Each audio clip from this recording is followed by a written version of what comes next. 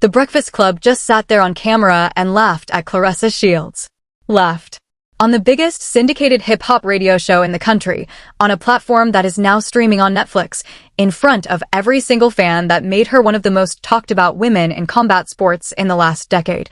They played back the viral clip of Miss Shenica from the Young Jock and Shenica morning show in Atlanta asking her point-blank how much longer she was willing to be in a relationship with somebody else's husband, and Charlamagne Tha God, the man who built an entire empire, on Donkey of the Day, on tearing rappers apart for less, sat there giggling like a middle schooler and called it good radio.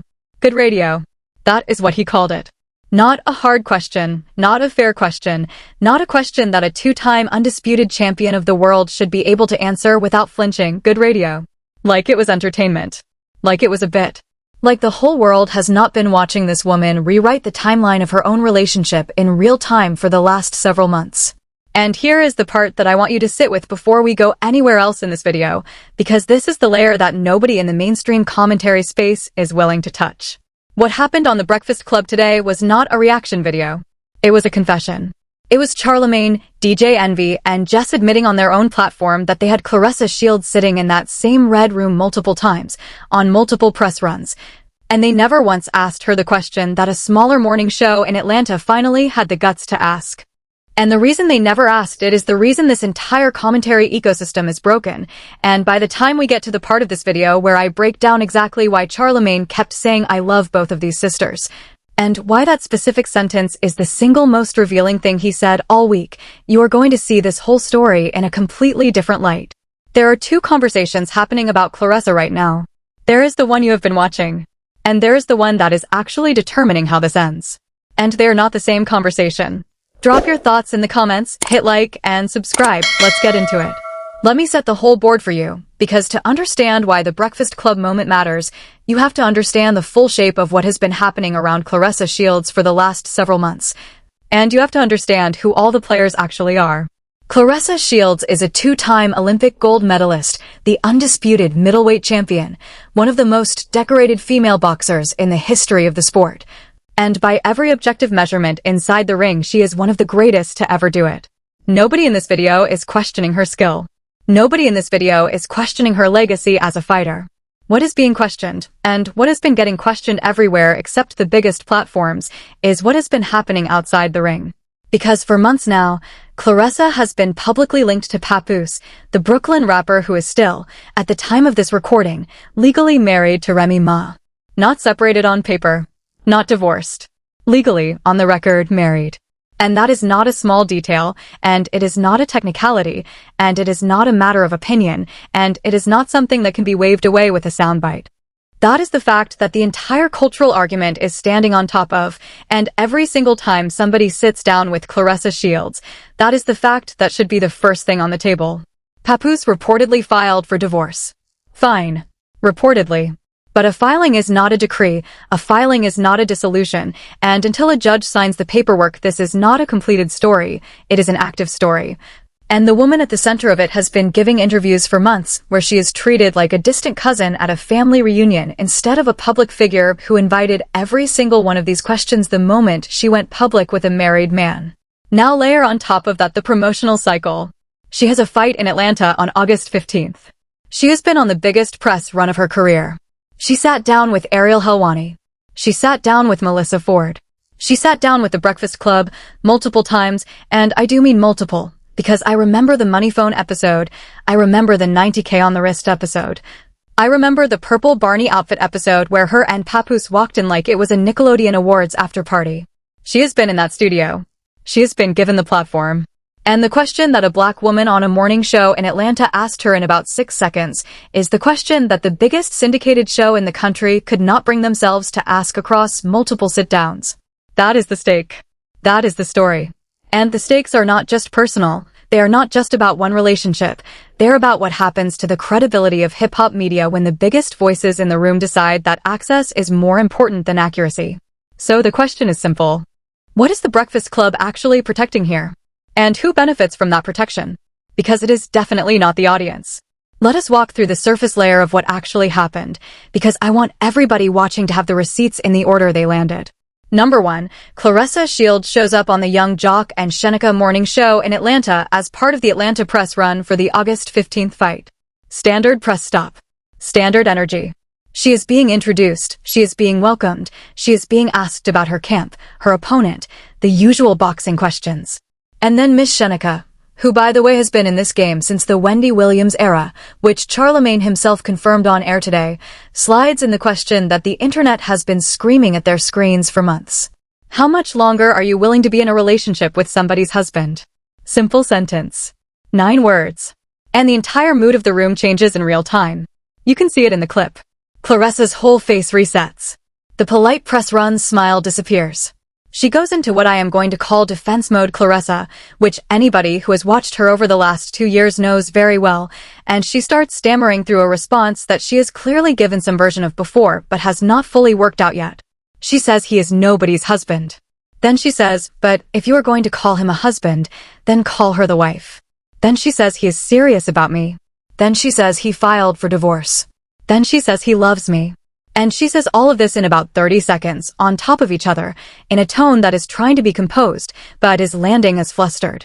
That is piece of evidence number 1, and I need you to hold on to it, because when the Breakfast Club describes this exact answer as poised, as clearing things up, as great radio, you have to be able to line the actual clip up against what they said and see the gap for yourself. Piece of evidence number 2. The clip goes viral within hours. Not viral in a small way. Viral in the way that means every hip-hop blog, every boxing page, every commentary channel on YouTube, every group chat you are in is playing that same 9-second question and that same stammering answer. The engagement is enormous. The comments are overwhelmingly one direction. And you already know what direction that is. Piece of evidence number 3.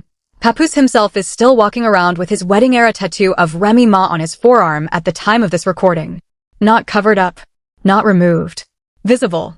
On the arm of the man Claressa is calling her serious partner. That is a visible, verifiable, publicly documented piece of evidence that anybody can look at right now, and it tells you something about the actual dynamics of this relationship that no press run soundbite can override. Piece of evidence number 4, and this one is the one that most people are sleeping on. 3 days before the Young Jock interview aired, Remy Ma sat down with Angie Martinez and said, on the record, that she is single, that she is in what she called her soft girl era, that she was with someone for 20 years and the dating world feels weird to her now. Single. Her own word. Which means the same week Claressa is on a morning show saying Remy has a whole man of her own that she's praising, Remy is on a different platform saying she has no man at all. Those 2 statements cannot both be true. One of them is wrong. And nobody on the Breakfast Club sat with that contradiction for even 1 second. Now let us also stack the timeline receipts, because this is where the surface starts becoming something deeper. Claressa has publicly said she and Papoose met at the Shakur Stevenson fight on July 6th. She has repeated that date. Papoose has repeated that date. They have both anchored their entire origin story to that specific evening. But Papoose himself posted a photo of that alleged first meeting, and the caption invoked the word anniversary, and the audio was the Tony Tone anniversary song. First meeting. Anniversary. Those 2 things do not go together. You do not celebrate an anniversary of a day you met somebody in passing. You celebrate an anniversary of a day something began. Which means either the July 6th story is not the whole story, or the anniversary framing is not the whole story, and either way somebody is not being straight with the audience. And nobody, not Charlamagne, not Envy, not Jess, not Melissa Ford, not Ariel Helwani, not the Breakfast Club across multiple sit-downs, ever put those 2 pieces of evidence next to each other and asked the obvious follow-up. That is the surface. That is the layer anybody could see. And already, before we even get into the deeper stuff, the picture is uncomfortable. And oh, do I have more for you? Because everything we just walked through, the viral clip, the tattoo, the Angie Martinez contradiction, the anniversary timeline, all of that is just the stuff you can see with your eyes and your ears in about 10 minutes of searching. That is the entry-level tier. The stuff that is coming next is the layer that separates the people who are actually paying attention from the people who are just reacting to whatever the algorithm serves them. Because when I tell you what the insiders around this situation are actually saying, when I show you the specific moments other artists and personalities have already dropped that nobody is strung together yet, And when we get to the part where I explain why Charlamagne specifically kept using the phrase "I love both of these sisters" like it was a legal disclaimer, the stans are really not going to like this one. Stay locked in. Let us go into the cultural layer, the insider layer, the stuff that lives just underneath the surface story. Piece 1. Miss Shenica, the woman who asked the actual question, is not a random morning show host. She is a veteran. Charlamagne himself confirmed on his own show that he has known her since the Wendy Williams era, which puts her in this game for well over a decade at minimum. That is not a small detail. That is Charlamagne on his own platform validating that the person who asked the question he refused to ask has been in this industry as long as he has. And instead of that validation making him uncomfortable, he leaned into it. He praised her. He said drop a bomb for Shenica. He said that took heart. He kept saying it was great radio. And every single time he said great radio, he was also saying, without saying it, I could have done this, and I chose not to. That is not me putting words in his mouth. That is the math of the conversation. If it was great radio when Shenica did it, and Claressa has been on The Breakfast Club multiple times, and Charlamagne himself admitted on air today that when Claressa was in his studio, he did not ask her that question directly, then the only conclusion available is that Charlamagne knew the question, knew it was the question the audience wanted, and chose not to ask it. Piece 2. Ariel Helwani, one of the most respected combat sports journalists in the world, had Claressa on his show and let her do a freestyle. A freestyle. On a boxing show. And when she was done with what most fans across the internet described as one of the roughest bars per minute performances of the year, Ariel clapped for her, gassed her up, and reportedly compared her energy to Lil' Kim and Foxy Brown. Move over was the framing. Move over. This is the exact same Claressa whose rap ability has been openly mocked on every hip-hop platform that is not directly promoting her. And when Ariel followed up by asking about Remy Ma, whose actual rap catalog is not up for debate, Claressa's whole face changed. That mood shift is not a rumor. It is on video. Anybody can watch it. And Ariel did not push. He softened. He moved on. He treated Claressa like a guest who needed to be protected from her own reaction. That is not journalism. That is chaperoning. Piece 3. Melissa Ford, on her platform, gave Claressa a sit-down that by all accounts was another softball round. The pink food jersey interview, the one a lot of people online have already dissected, followed the same pattern. Warm welcome, easy questions, no follow-ups on the timeline, no follow-ups on the tattoo, no follow-ups on the divorce filing, nothing that would have required Claressa to actually account for the public evidence sitting out there in plain view. Piece 4, and this is the one that ties the room together, is the pattern of Claressa's own behavior when she is not on a friendly platform. Because when Claressa is left alone in a live stream, she has been openly going back and forth with fans, reportedly body-shaming people, reportedly calling people bald-headed, reportedly telling women to run a mile with their fat behinds. Those are her documented public interactions. Screenshots exist. Clips exist. Blogs have posted them. And every single one of these smaller pieces of evidence has been surfaced not by The Breakfast Club, not by Ariel Helwani, not by Melissa Ford, but by independent YouTubers and bloggers who do not have a booking relationship with her camp to protect. Piece 5. The insider tell within The Breakfast Club episode itself. Watch how DJ Envy handled it. Envy said on air that Shenica's question took heart because Claressa is a boxer. Read that back to yourself. She is a boxer, so it took bravery to ask her a normal press run question. That framing is not accidental. That framing is Envy telling on the entire room. It is Envy admitting out loud that the reason nobody has been asking Claressa the obvious questions is because there is an unspoken fear in the media ecosystem that Claressa might respond in a way that a professional interview subject is not supposed to respond. That is not a compliment to Claressa. That is Envy explaining, in real time, why the interviews she has been getting are broken. Now I want to be fair here, because I have heard the counterargument. The counterargument is that Charlamagne and Envy and Jess were being respectful, that they were being professional, that they were choosing not to pile on a black woman during her press run. And I want to acknowledge that argument exists, because it is worth engaging with. But here is why it does not hold up. Charlamagne has piled on plenty of black women who did not have the same access relationship to his show. Charlamagne has made plenty of black artists donkey of the day for less. If the standard is respect, the standard has to be consistent, and the standard has not been consistent, and the audience has noticed, and that noticing is exactly why the smaller, Hungrier voices in this space keep growing while the big platforms keep having to defend themselves. The cultural evidence is not that Claressa is being unfairly targeted. The cultural evidence is that Claressa is being uniquely protected. And the next question is why? Now, pause, because we are about to change the entire terrain of this conversation. Everything I have said up to this point has been about people, personalities, interviews, clips, reactions. And that is where 95% of the commentary on this story lives, and that is why 95% of the commentary on this story is missing what is actually happening. Because this is not really a story about Claressa Shields and Papoose. This is a story about the media architecture that decides who gets asked hard questions and who gets a soundboard drop, and that architecture has 3 specific systemic layers, and I am going to walk you through all 3 of them right now. And by the time we come out the other side, you're going to understand why the Breakfast Club sat there and giggled instead of doing their actual job. Systemic Layer 1. The access economy. Modern hip-hop media does not run on journalism. It runs on access.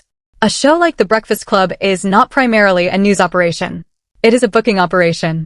The value of the platform is measured by who agrees to sit in the red room, and every hard question that gets asked is a hard question that reduces the odds that the next artist, the next fighter, the next label executive, the next publicist, agrees to send their client through that door. That is not conspiracy. That is the actual business model. And once you understand that the business model is access, you understand why the questions get softer as the guest gets bigger, and you understand why the questions get sharper as the guest gets smaller.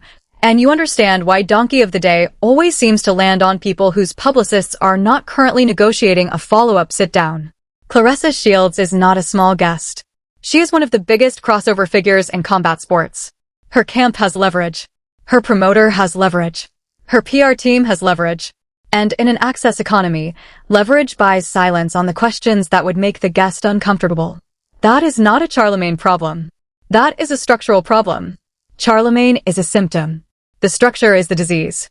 Systemic Layer 2, the streaming platform overlay. The Breakfast Club is now on Netflix. Let that sink in for a second, because that changes the physics of the show in a way that most viewers have not fully processed yet. When you are a terrestrial radio show that also streams on YouTube, your incentive structure is one thing. When you become a Netflix-distributed property, your incentive structure is a completely different thing. Netflix does not want lawsuits. Netflix does not want a hostile clip going viral in a way that reflects on the platform. Netflix does not want a guest walking out of a sit-down and going on every other podcast in the country talking about how they were ambushed. Which means the platform-level pressure on a show like The Breakfast Club, once it moves into that distribution tier, is to soften, to smooth, to make sure that every sit-down looks like a professional conversation and not a confrontation. And that pressure is not written down anywhere. It does not have to be. It is in the air. It is in the notes that get passed. It is in the pre-interview conversation with the publicist. It is in the way the room is arranged and the way the questions are ordered. And it is exactly why the question that Miss Shenica asked in about 6 seconds in Atlanta is a question that a Netflix-distributed platform is now structurally disincentivized from asking. Systemic Layer 3, and this is the one that I want you to really sit with, is the collapse of the follow-up. Because even in an access economy, even under a streaming platform overlay, you can still ask a hard question if you are willing to ask the follow-up. The follow-up is where the actual journalism lives. Anybody can ask an opening question. It is the second question, the third question, the moment where the guest gives you a rehearsed answer and you say, wait, let us go back to that. That is where truth happens. And what we have watched across the entire Claressa press run, across multiple platforms, across multiple hosts, is a complete collapse of the follow-up. Charlamagne on his own show today admitted it. He said, when Claressa was here, I did not ask her that directly. Every time she was asked something in that neighborhood, they would fish around it. Fish around it. His words. And the reason the follow-up has collapsed across the entire ecosystem is because the follow-up is where the access relationship gets damaged. The opening question is deniable. The follow-up is not. And once you understand these 3 layers, the access economy, the streaming platform overlay, and the collapse of the follow-up, you understand exactly why an independent YouTuber with a microphone they bought themselves, a Wi-Fi connection they pay for themselves, and a channel they built themselves, is now consistently doing better journalism on stories like this than the biggest syndicated show in the country. It is not because the YouTuber is smarter. It is because the YouTuber does not have a booking relationship to protect, does not have a Netflix contract to protect, and does not have a follow-up ecosystem to maintain. The YouTuber can ask the question and ask the follow-up and ask the follow-up to the follow-up. And that is why the balance of power in hip-hop media is shifting in a direction that the legacy platforms have not fully accepted yet. And here is the truth bomb. The part that everything in this video has been building toward. The part that I want you to hear clearly and slowly, because it is the part that reframes everything you thought this story was about. What happened on The Breakfast Club today was not a reaction segment. It was a public admission that the biggest platform in hip-hop media has structurally decided that Claressa Shields is a protected guest. Not protected because she is a black woman. Not protected because she is a champion. Not protected because she deserves respect. Protected because the access relationship, the platform relationship, and the follow-up ecosystem all require her to remain willing to walk back into that studio.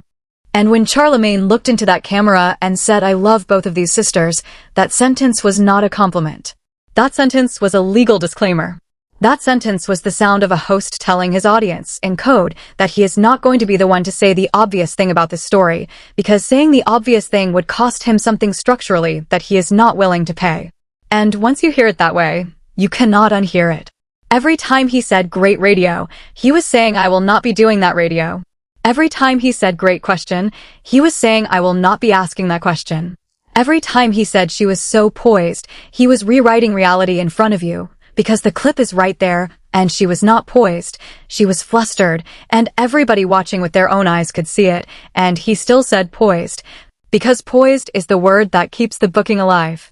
And this is the part that reportedly, allegedly, according to what multiple people in the commentary space have been saying for months now, is the actual open secret of hip-hop media in 2026. The biggest platforms are no longer the places where the hardest questions get asked. They're the places where the hardest questions get laundered. A morning show in Atlanta asks the question. A syndicated show in New York reacts to the question.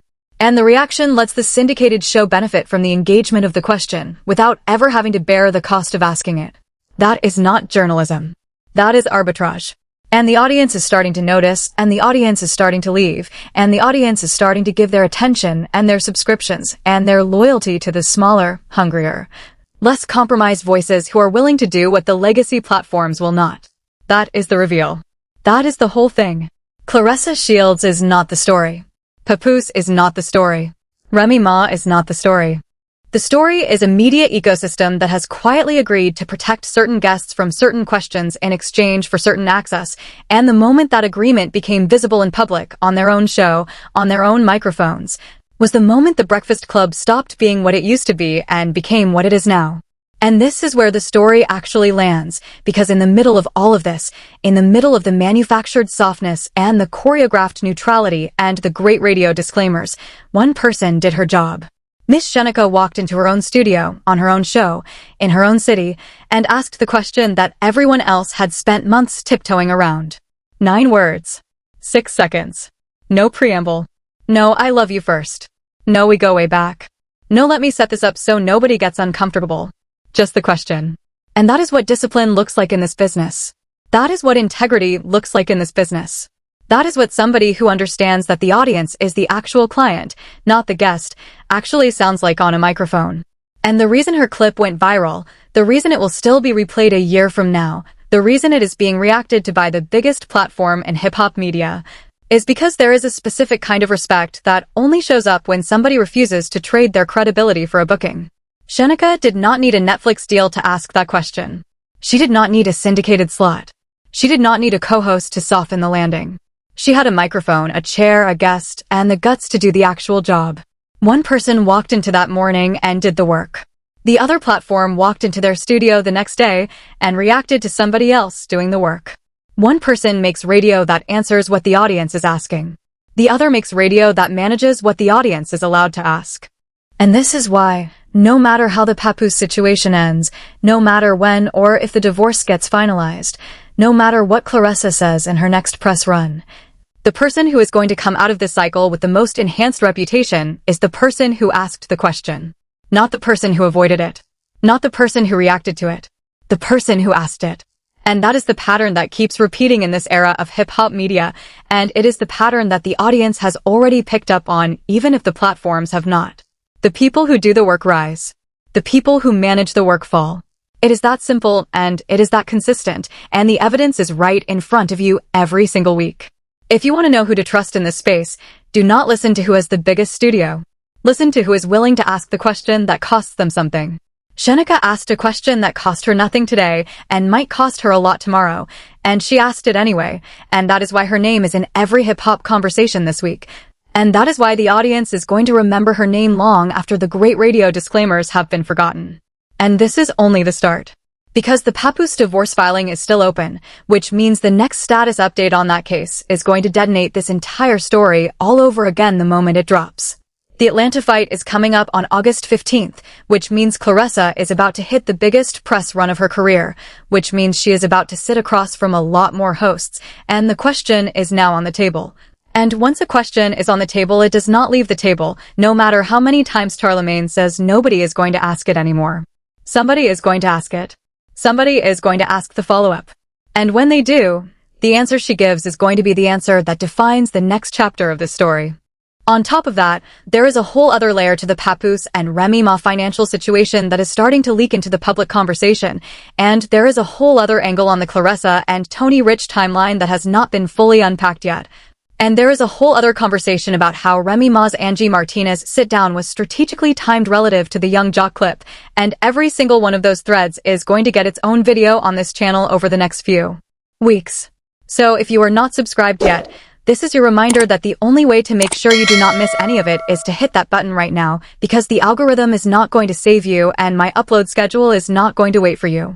And speaking of what is coming next, the video I want you to click into right after this one is the deep dive on the exact moment Remy Ma flipped the entire narrative in her Angie Martinez sit-down with one sentence that nobody in the mainstream commentary space has correctly decoded yet. It is the sentence that quietly reset the timeline. It is the sentence that put the pressure back on Claressa without ever saying her name. And when I break down what that sentence actually meant, and who it was actually aimed at, and why the timing of it was not an accident, you are going to see this entire triangle in a completely different light. Click that one next. Do not stop here. This is only the middle of the story.